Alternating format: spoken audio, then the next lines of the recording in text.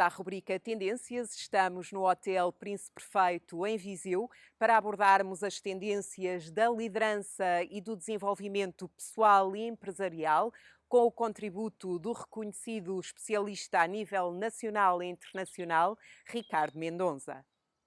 Viva Ricardo Mendonça, seja bem-vindo a Viseu, à rubrica Tendências e a este jardim magnífico do Hotel Príncipe Perfeito do Grupo Visa à Beira, para partilharmos uma temática cada vez mais pertinente em torno da liderança e do fazer acontecer. Sem dúvida, o prazer é todo meu. Muito obrigado por mais este convite.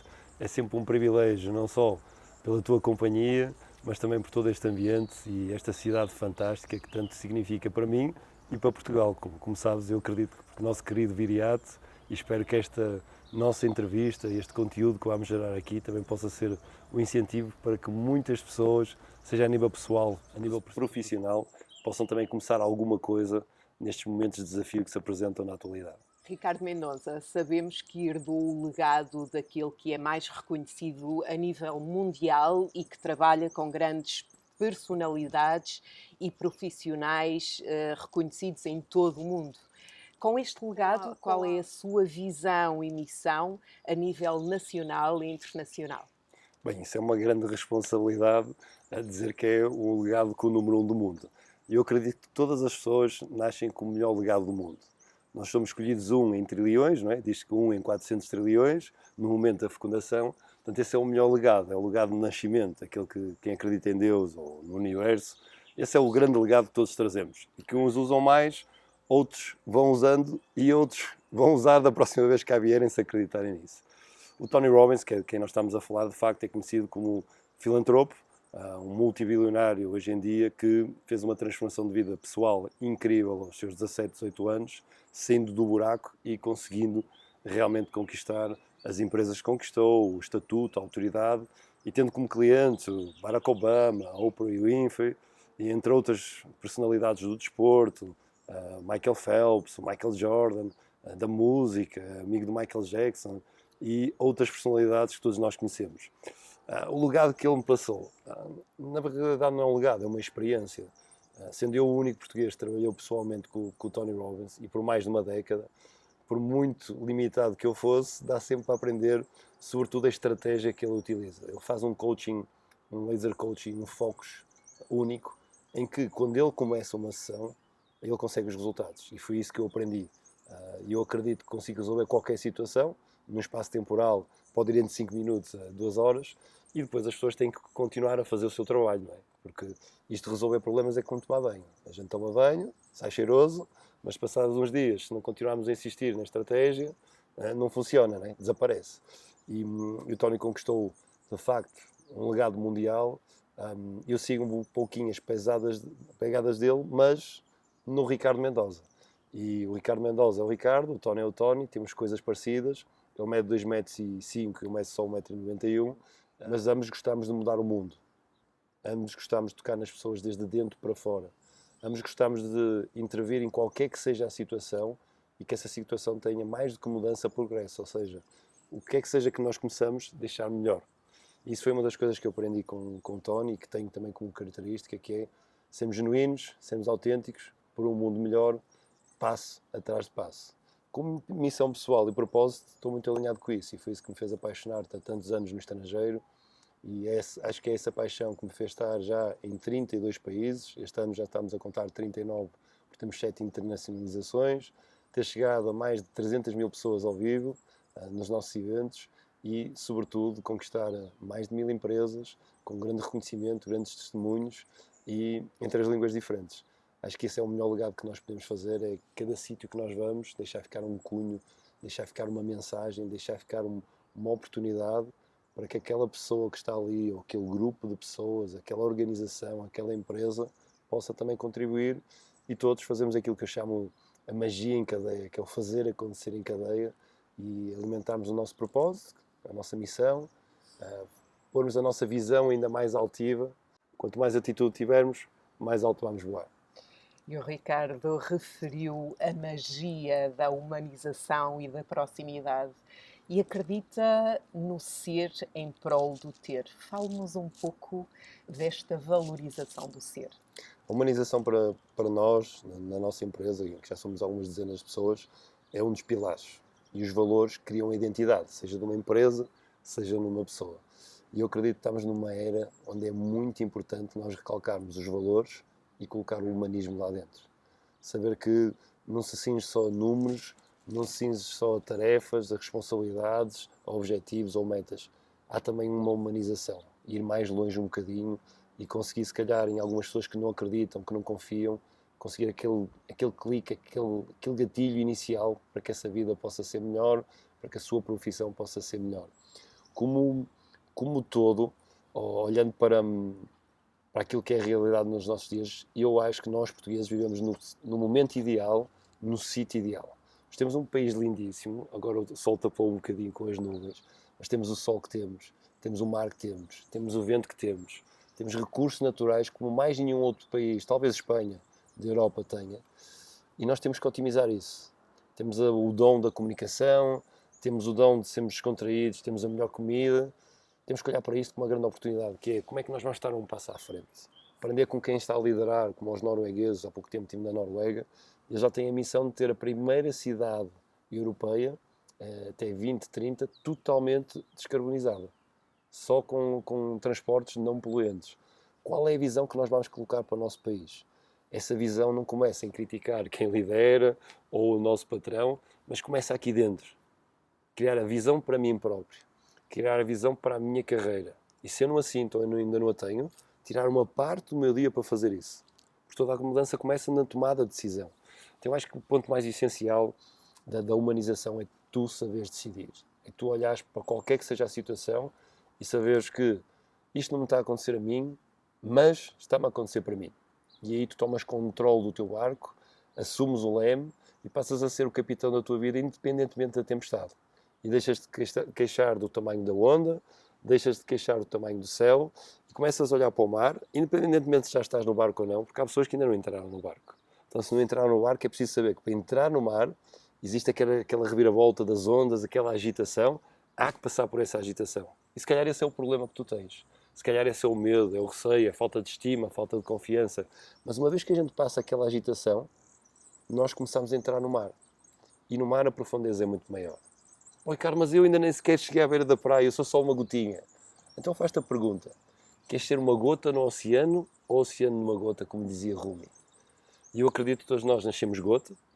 Há pessoas que morrem secas, outras morrem sendo gotas, mas nós viemos para todos juntos construir o rio, naquelas curvas, nas dificuldades, nas tropeções, nos altos, nos baixos, até chegarmos à agitação de entrar no mar.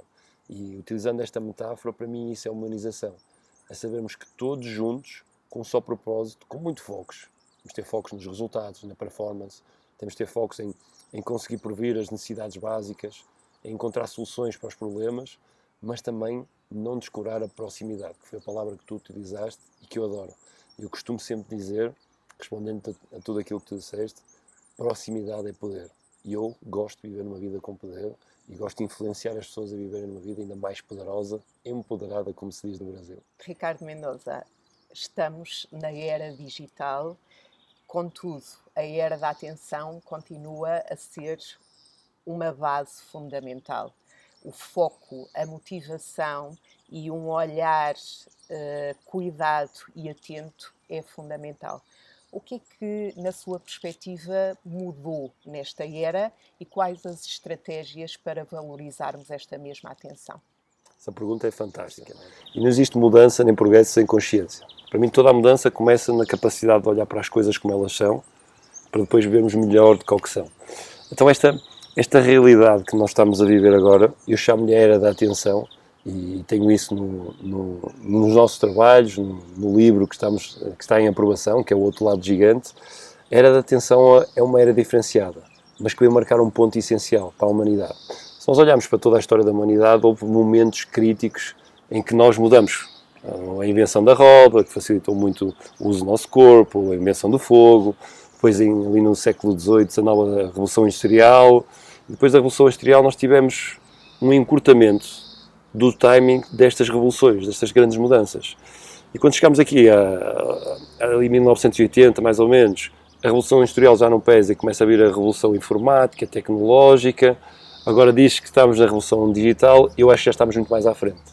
Já estamos mesmo na era da atenção, que é uma passagem entre a Revolução Digital e a Revolução da Inteligência Artificial. Okay? Hoje em dia os negócios são diferentes, a liderança é diferente, as pessoas estão diferentes. E o recalcar disto, a passagem foi feita em forma de alavanca, foi com a pandemia. A pandemia foi o final do século, houve pessoas que entraram na pandemia e decidiram fazer férias, e algumas ainda continuam de férias, mas houve pessoas que mergulharam profundo na pandemia. Por isso estamos com tantas dificuldades. A nossa empresa, eu nunca tive tantas solicitações, os meus colegas coaches, os meus colegas terapeutas nunca tiveram com tantas solicitações, porque existe uma incerteza e uma insegurança muito grande. Então, se a incerteza e a insegurança aumenta, logo vão aumentar os conflitos, como as guerras que temos, vão aumentar as discussões, o número de divórcios nunca teve tão alto, vai aumentar a insatisfação pessoal, a inquietação, a vitimização e uma série de fatores emocionais, sentimentais que limitam a humanidade. Agora, em todo o problema existe uma solução. E isto é aquilo que eu acho fantástico.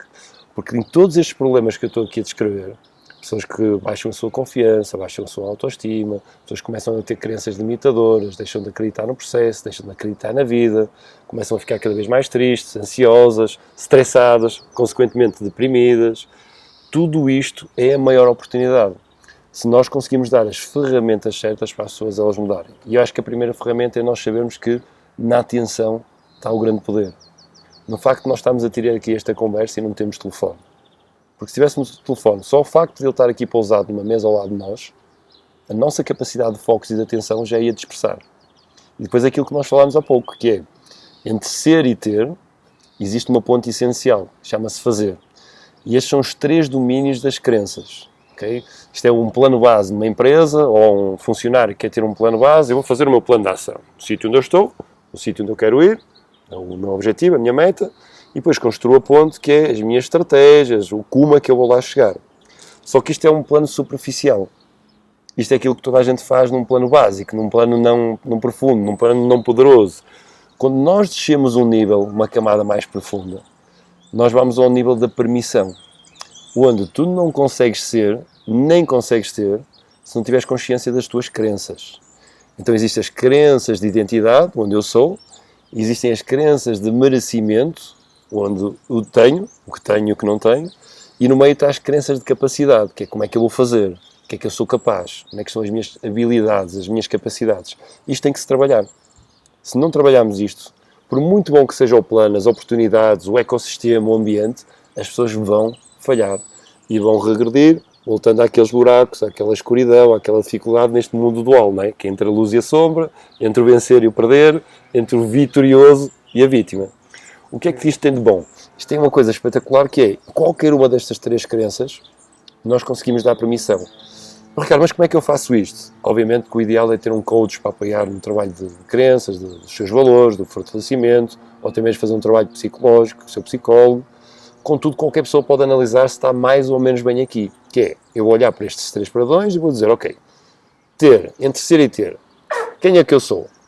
Tenho autoestima, tenho confiança, sinto-me bem, estou maioritariamente feliz, como faz a inteligência positiva, qual é o meu coeficiente de positividade? Ou não. Onde é que eu estou na maior parte do meu tempo? E se estou acima da média e estou bem feliz, há que continuar com essas estratégias e melhorando passo atrás de passo e agradecendo sermos uma das poucas pessoas que vive maioritariamente feliz. Se não estou, tenho que procurar ajuda. Tenho que modelar quem está feliz. Merecimento. É aquilo que eu tenho ou não tenho. E às vezes há pessoas que têm muito, mas não se sentem merecedoras e é como se tivessem pouco que sofrem. E outras têm pouco e parece que têm muito. Basta ir à África, quando vimos aqueles meninos e a gente dá um pequeno presente e eles ficam todos contentes. Às vezes é partilhar uma refeição, uma peça de fruta, um copo de água. Coisas que nós aqui temos por garantidos e que lá é uma bênção. Então, aqui é um jogo muito mental. É um jogo psicológico, aqui na sala de controle, que é a nossa mente. Que é, se eu todos os dias colocar uma parte do meu dia focado naquilo que eu tenho, e desafio todos os ouvintes, todos os espectadores a fazerem isto. Todos os dias, durante o mês, chegar à noite e dizer, o que é que eu tenho? O que é que eu tenho de bom? Eu acordei, tenho a vida do dia de hoje, tenho amigos e familiares, só focar no que tenho, um bocadinho. Porque a maior parte de nós está focado onde? Naquilo que não tem. que é o que o nosso cérebro faz de forma natural. Prevenir, sobreviver. Então vou poupar energia e olhar para o perigo. Mas hoje em dia o perigo está reduzido. Há milhares de anos atrás nós não tínhamos quase competição com os animais, não é? Nós éramos menos velozes, nadávamos menos que o tubarão, corríamos menos que o leão ou com o tigre, ouvíamos menos que o lobo. Então nós tivemos que desenvolver esta caixinha maravilhosa. Só que os perigos deixaram de ser perigos, nós tomamos controle, nós somos o topo da cadeia neste momento. E sendo o topo da cadeia, as coisas mudaram. Esta pandemia veio fazer assim, acorda. Ou quem acreditasse e sofresse mais, ou quem não acreditasse, uns foram vacinados, outros não, cada um teve a sua decisão. Agora, nesta pós-pandemia, vai acontecer o que aconteceu em todas as outras pandemias, em todas as outras grandes crises e guerras. Que é o quê? Desafio mental, psicológico e físico e emocional. A solidão é uma das maiores coisas que ataca numa pós-pandemia ou crise. A depressão. Então nós temos que estar preparados e temos que ajudar as pessoas para isso. Então, ter, é um jogo mental e sobretudo aquela ponte entre os dois, e eu acredito que fica muito numa coisa que se chama não só capacidade, não só habilidade, mas a sensação, a crença, a tua valorização de quem eu sou, o que é que eu tenho, mas no mais profundo do meu valor. E hoje em dia nós não valorizamos os outros, esquecemos de valorizar a nós próprios e esquecemos de valorizar esta terra maravilhosa, o mundo maravilhoso onde estamos. Então, se não estás a fazer tudo mesmo bem, começa a confiar mais em ti ou procura confiança e acreditar e autoestima. Se não tens aquilo que não queres ter, há que trabalhar o merecimento e focar nas coisas que tu tens para poder ter mais. E por último, é aquele trabalho que a gente vai sempre fazer, desde que nasce até que morre, que é a minha identidade. Quem é que eu sou no dia 2? Quem eu sou? E estes 3 parâmetros dão-nos a permissão para que depois, mais tarde, as pessoas possam ir a um nível mais profundo, que é o nível da motivação, do motivo, da causa, onde já aparece o propósito, onde já aparece o teu legado. E algumas pessoas olham para a motivação, isso é uma coisa isso é aqueles gurus. Está estudado. A ciência, as melhores universidades do mundo, Stanford, Harvard, já estudam isto. Nós, eu incluso, já demos aulas em Harvard. Temos a parceria que nós temos com a maior escola de coaching do mundo, que é de língua portuguesa, o Instituto Brasileiro de Coaching, dá aulas em Harvard, dá aulas em Ohio. Isto está estudado, a ciência está por trás disto. Portanto, chegou se calhar a altura de nós darmos a oportunidade de nós fazermos uma experiência, fazer um curso, comprar um livro, ter uma conversa com alguém que esteja dentro desta área, ou então, se não, perguntar à rubrica como é que eu posso descobrir mais sobre isto. Quero saber mais daquilo que o Ricardo, a equipa dele, faz. Quero saber mais como é que vocês transformaram esta entrevista nesta dinâmica única e incrível para poder chegar a milhares e milhares de pessoas, que eu quero fazer parte disso. Sem dúvida, Ricardo tem feito aqui uma partilha brilhante e com este alinhamento referiu também uma cronologia histórica em que nos remete para a exigência geracional. E hoje, nesta era tão acelerada, mas por outro lado carregada de expectativas e de influências, qual é o denominador comum que gera estes conflitos que acabou de referir e como resolvê-los? Qualquer que seja o nome que derem, nós temos aquelas pessoas que são mais jovens neste momento, eu acredito que abaixo dos 30, acho que é aquela geração que vai mais para o TikTok, vai mais para o Instagram e por aí fora, que faz parte da vida, a nova influência. Depois temos uma geração, estamos mais ou menos nós aqui, estamos aqui quase a acabar os 20, assim já um bocadinho mais à frente, mais ou menos até ali aos 55, que é uma geração que está aqui no meio termo. Esta geração também está a sofrer muito. Se os primeiros estão distantes daquilo que é a realidade, ter que lutar, estão a encontrar uma nova realidade, que eles sempre viveram com a caixinha mágica, logo, eles sempre tiveram acesso às soluções na ponta de um dedo. Nós estamos nesta transição e depois temos os acima dos 55, que vieram de uma realidade totalmente diferente, foram educados num pós-guerra e que estão a ver distantes daquilo que é a nova realidade e assustados. Mas no todo, nós temos 8 necessidades comuns, divididas em 4 inteligências humanas. Eu chamo-lhes as graças humanas, numa entrevista não consigo passar, mas há duas, que influenciam neste momento qualquer que seja a geração, que é a necessidade de importância / significância. Os miúdos hoje, nós hoje, telemóvel, qualquer coisa que faça, estou a comer a minha salada.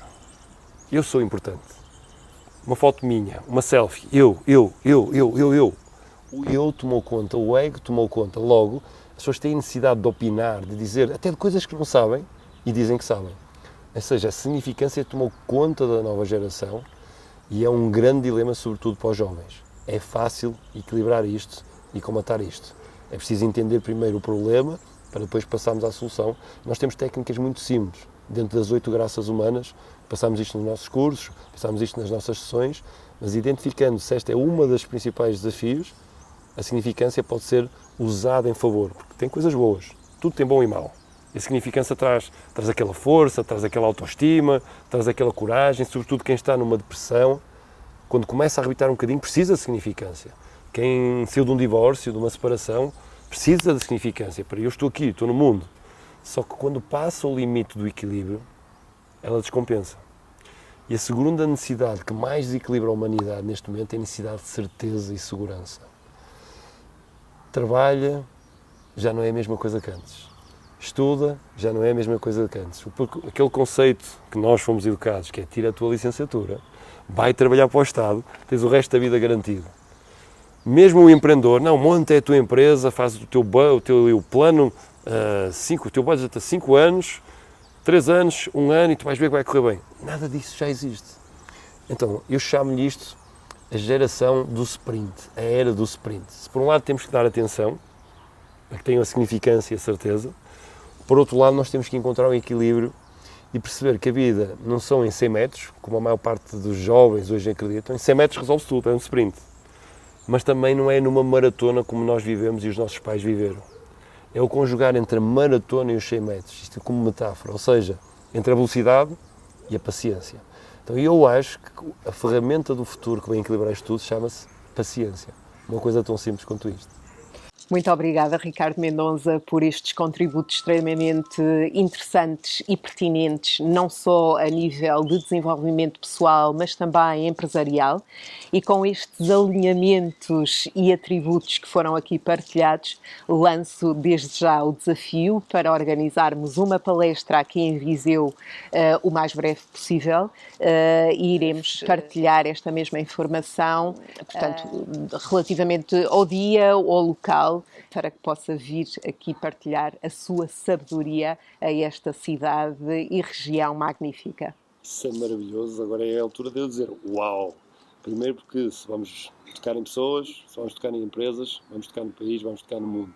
E vou aproveitar o desafio, que o desafio é um dos maiores motivadores, e vou deixar o desafio ainda noutro nível, se tu me permitires, que é quem quiser patrocinar esse evento, quem quiser ajudar a organizar, ou os 2 primeiros inscritos, nós, a nossa empresa, com a nossa equipa de líderes e trainers e coaches, vamos oferecer uma sessão de coaching, alta performance, resultados máximos, para as pessoas tomarem a iniciativa e vão já ao e-mail e inscrevam-se já diretamente, porque vai ser uma experiência única e não podemos estar 4 anos sem vir aqui inspirar Viseu, porque eu já tenho saudades e gosto muito desta cidade, gosto muito desta zona do país e acho que vamos fazer aqui coisas mágicas. Muito obrigada, Ricardo Mendonça, por presentear os nossos ouvintes e seguidores e fiquem atentos à campanha de comunicação para esta palestra e um de vocês será contemplado com este curso magnífico, em breve a realizar-se aqui na nossa cidade de Viseu, na região centro.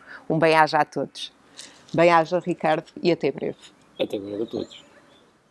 E concluímos assim neste local idílico do Hotel Príncipe Perfeito na cidade de Viseu, com as tendências da liderança, do desenvolvimento pessoal e empresarial, com o contributo do Ricardo Mendonça, um reconhecido especialista a nível nacional e internacional, que brevemente irá dar uma palestra para a região centro aqui na cidade de Viseu. Um bem-aja a todos por acompanharem a rubrica Tendências com o apoio do Turismo Centro de Portugal e da Aresp.